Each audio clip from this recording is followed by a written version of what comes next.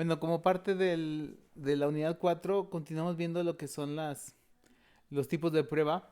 Ya tuvimos una lectura de los tipos de prueba, pero ahora vamos a continuar con una pequeña descripción de estos tipos de prueba que existen. Me gusta mucho este blog de este señor porque ahí especifica a- todavía a más detalle lo que son los tipos de prueba.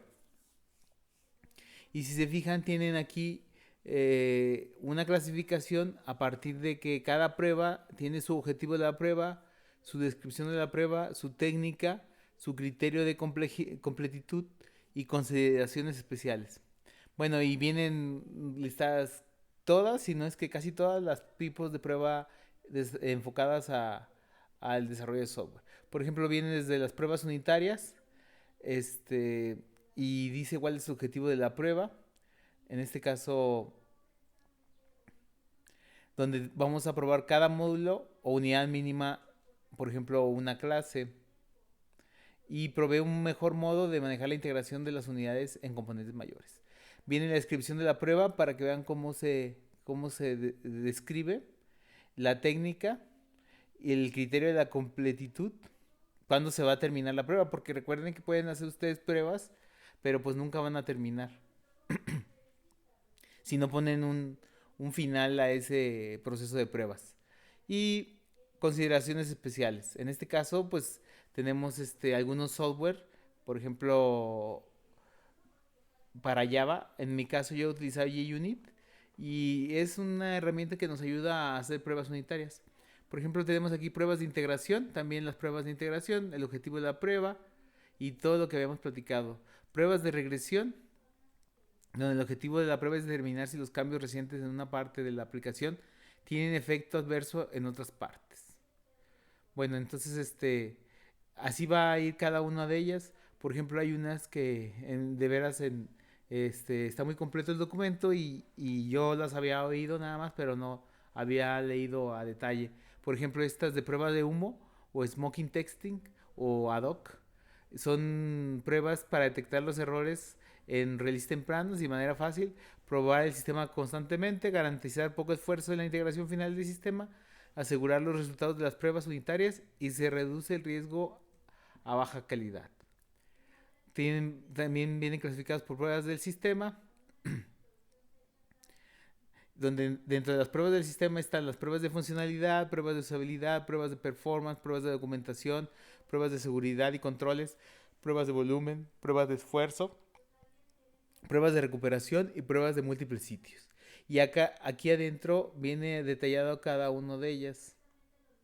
Por ejemplo, en las pruebas de desempeño, validar el tiempo de respuesta para las transacciones o funciones de negocio bajo las siguientes dos condiciones: volumen normal anticipado y volumen máximo anticipado.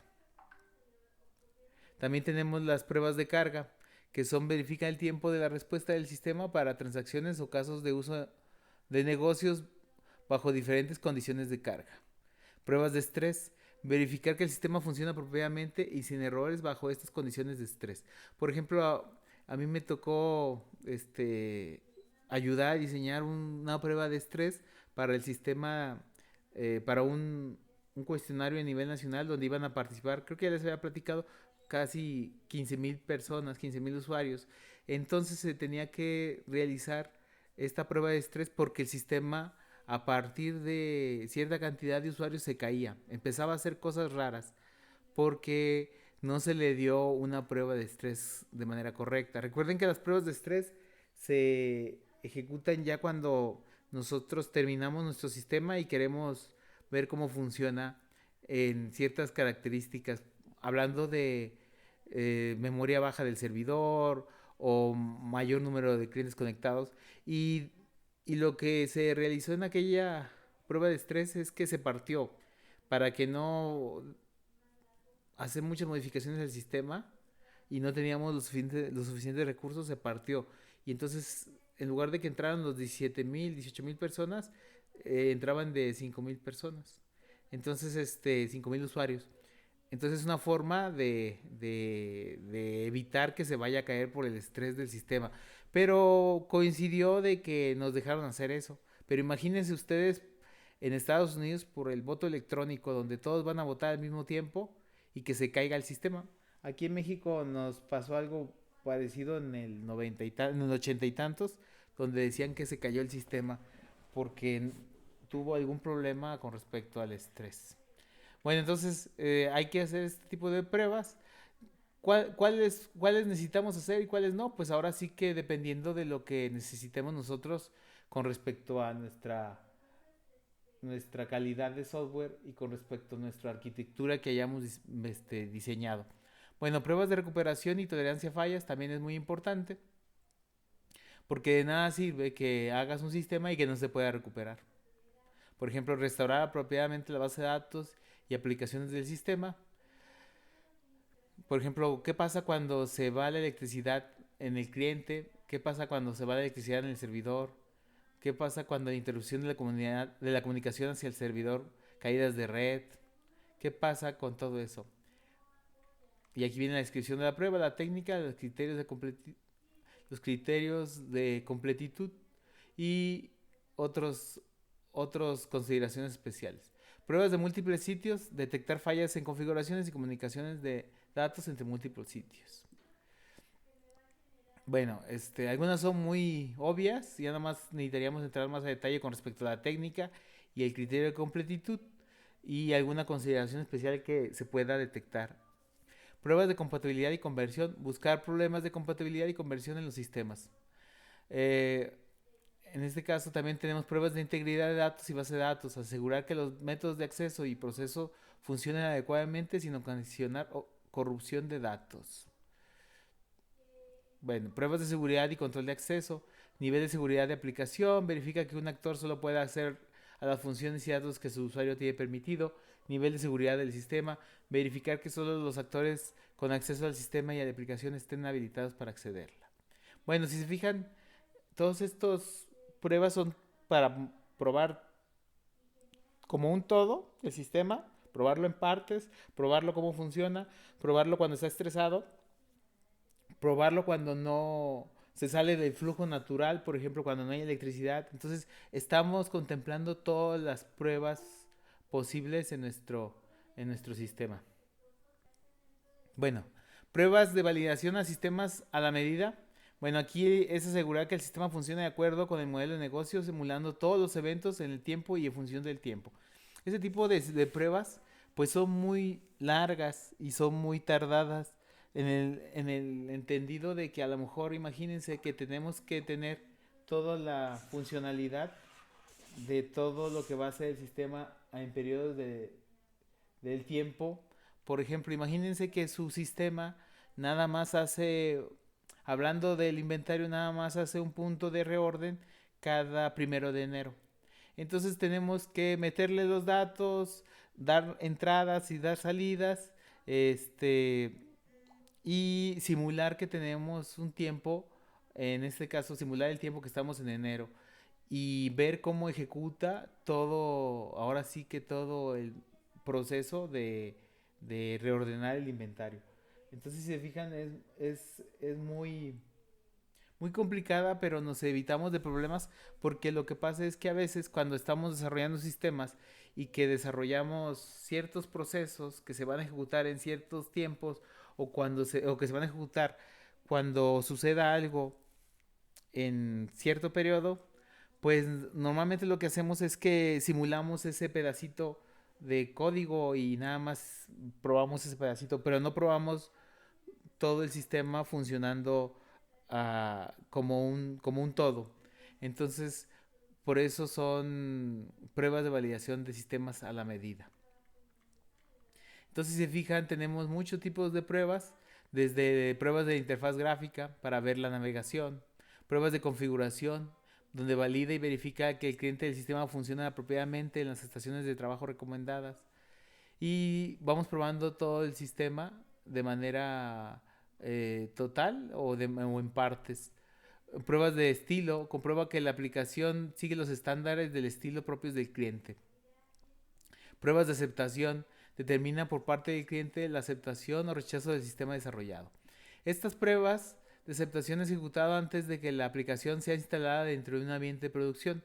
La prueba de aceptación es generalmente desarrollada y ejecutada por el cliente o un especialista de la aplicación y es conducida a determinar cómo el sistema satisface sus criterios de aceptación validando los requisitos que han sido levantados para el desarrollo, incluyendo documentación y procesos de negocio. Basado en estas pruebas, del cliente determina si se acepta o rechaza el sistema. Estas pruebas están destinadas a probar que el producto está listo para uso operativo. Suelen ser un subconjunto de las pruebas del sistema.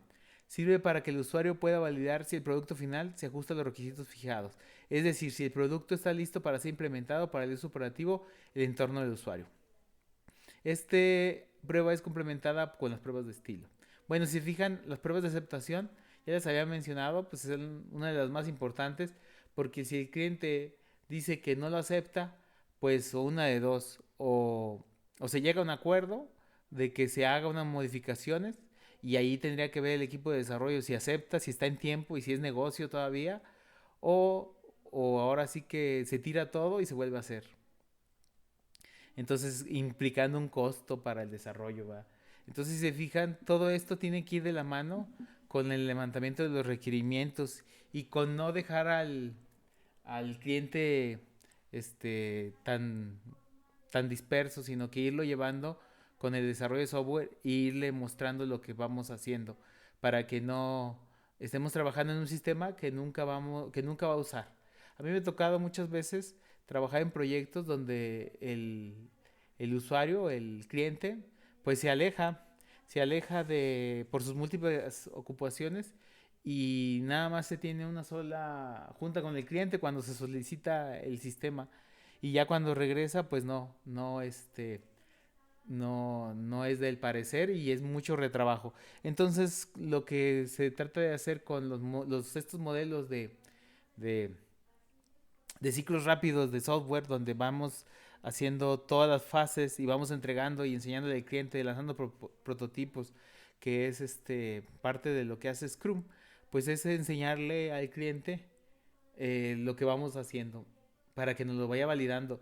Pero es que no nada más es que lo valide, sino que lo va validando y lo va liberando. Esa es una parte muy importante porque de nada sirve que lo valide y que te diga un mes después que le hagas una modificación. Entonces, esa es parte de las pruebas de aceptación. También tenemos pruebas de instalación. Aquí ya venimos a una parte más que es dónde va a correr el sistema, qué requisitos necesita. Y me he topado muchas veces con compañeros suyos de la residencia donde se les ha olvidado hacer su manual de usuario y su manual técnico. En el manual técnico normalmente viene esta parte donde nosotros ponemos todos los requisitos que necesita el sistema para instalarse y para correrse. O sea, nosotros como desarrolladores decimos lo mínimo que necesita el sistema y lo óptimo que debería tener para correr, hablando de hardware. Y muchas veces pues lo dejamos así porque nosotros mismos lo instalamos, nosotros mismos configuramos y nosotros mismos pensamos que siempre vamos a estar ahí. Pero no, a mí también me ha tocado trabajar en sistemas ya implementados y darles mantenimiento y tanto el manual de usuario como el manual técnico son herramientas muy útiles para ver que nosotros podemos darle mantenimiento a estos sistemas ya existentes. Y recuerden que es muy raro, muy raro hacer un sistema desde cero. Normalmente todos los sistemas ya a esta etapa ya están casi todos desarrollados. Es muy raro, sí se lo van a encontrar, pero es muy raro. Casi todo es darle mantenimiento. Pruebas funcionales, bueno, igual aquí vemos a ver que nuestro requisitos funcionales ahora sí que incluyendo la navegación, entrada de datos, procesamiento y obtención de los resultados, pues funcionen tal y como lo habíamos analizado en los requerimientos. Y aquí está desde la descripción de la prueba, la técnica, qué es lo que hay que hacer y cómo vamos a decir que ya terminamos. Prueba de documentación y procedimiento. O sea, tenemos que tenemos que probar lo máximo posible, pero también sin caer en la exageración. ¿Qué significa esto? Que no vamos a dedicarle más tiempo porque imagínense ustedes estar probando el sistema 4 o 5 meses y, y se va a hacer un tiempo larguísimo y ahora sí que extender el tiempo de desarrollo y todo eso va a ser costo. ya sea costo para el cliente, si es que se planeó bien y se cobró bien, o costo para el desarrollo si no se planeó bien y, se, y no se hizo un buen presupuesto. Entonces, sí hay muchas pruebas y sí se puede hacer todo eso, pero todo esto tiene un costo, porque alguien tiene que hacer la prueba. Porque podemos probar hasta, como dice aquí, hasta la documentación que se va a entregar se puede probar. Entonces, tiene que llegar todo esto cuando es cuando es necesario. Si el cliente dice que quiere probar hasta la documentación, pues se documenta eso en el plan que se vaya a hacer para entregar el proyecto y se saca un costeo y se le cobra. Porque al final de todo esto de las pruebas, alguien lo tiene que hacer. Y es desde la prueba, desde programar el caso de prueba, implementarlo, probarlo, hacer la cama de prueba y, y ejecutarlo y documentarlo. Entonces, todo esto de las pruebas es muy importante, pero igual que todo en la calidad, como nos decía el doctor y ya se los he mencionado, la calidad es buena, pero la calidad en exceso no es buena. Imagínense que lavarse los dientes, todos sabemos que lavarse los dientes 3 veces al día es bueno, pero lavarse los dientes cada 15 minutos o cada 5 minutos pues no es bueno. Entonces, imagínense que están haciendo lo mismo con las pruebas. Hacer pruebas pues es bueno porque arroja muchos errores y quitamos defectos en nuestro desarrollo. Pero dedicarnos nada más a la prueba de un sistema, pues también es muy costoso y tiende a elevar costos en el desarrollo y en el tiempo de este mismo. Bueno, tenemos pruebas de usabilidad. Estas pruebas, créanme que son lo más difíciles de encontrar, de satisfacer, porque la usabilidad es muy poco medible, es muy voluble y para una persona puede decir que es usable y para otra no. Entonces, aquí tenemos un pequeño manualito de cómo medir la usabilidad. No está muy completo, pero les puede ayudar si en algún momento les pregunta el usuario que quieren que sea usable. Entonces, aquí hay que probar la usabilidad del sistema, determina cuán bien el usuario podrá usar y entender la aplicación, e identifica las áreas de diseño que hacen al sistema de fácil uso para el usuario, prueba la usabilidad, detecta problemas relacionados con la conveniencia y practicidad del sistema desde el punto de vista del usuario. La técnica, verificar que la aplicación no presente los siguientes problemas de usabilidad típicos. O sea, nos da una técnica para decir que es usable o no es usable el software. El sistema es demasiado complejo y difícil de usar. Les digo que es muy ambiguo esto. Es difícil de instalar y entender el sistema. La recuperación de errores es pobre y los mensajes de error no tienen significado. La sintaxis de los comandos es difícil de aprender y recordar. El sistema obliga al usuario a recordar formatos y secuencias fijas. Los procedimientos no son simples ni obvios. El sistema no tiene instrucciones de ayuda por computadora y tiene manuales pobres. Los diagramas, pantallas y reportes y gráficos son de calidad, apariencia y pobre. El sistema carece de herramientas de construcción adecuadas y requiere múltiples comandos. La lógica y conveniencia de los botones switch, display y mensajes de ayuda deben de ser testeados. La prueba de usabilidad puede ser conducida por un grupo separado si es posible. Y se deben de crear casos de prueba para comprobar que se puede operar en el sistema de forma adecuada. Criterio de completitud, todas las pruebas planeadas han sido ejecutadas, todos los defectos que se identificaron han, han sido tenidos en cuenta. Bueno, si se fijan, esta de la usabilidad es muy difícil de medir porque para la persona que lo desarrolló, pues va a ser usable. Pero para la persona que lo va a usar, a lo mejor no le gusta, pero recuerden que puede haber varios usuarios, varios stakeholders, no nada más uno. Pruebas de campo, bueno, igual de lo mismo. Pruebas de validación y aplicaciones genéricas. Y aquí viene algo que yo creo que ya han visto, que son algo que ya le llaman alfa, los sistemas alfa y los sistemas beta, que son los tiempos de que nosotros vamos desarrollando sistemas y los ponemos como alfa o los ponemos como beta. Y donde es la prueba de aceptación para detectar errores en el sistema bajo un ambiente controlado. Esa es la alfa. Y la beta es realizar la validación del sistema por parte del usuario. Entonces es otra clasificación que tenemos y pueden ser en diversos tipos del desarrollo del mismo. Bueno, si se fijan, esto complementa lo que habíamos leído complementa lo que habíamos leído de las pruebas. Está muy interesante, quiero que lo lean a detalle. Y con este documento y con la lectura que habíamos tenido, vamos a generar una matriz comparativa de los tipos de prueba, donde vamos a comparar los tipos de prueba que existen y los vamos a clasificar con alguna de las clasificaciones que vienen aquí en este documento o en el documento que habíamos leído.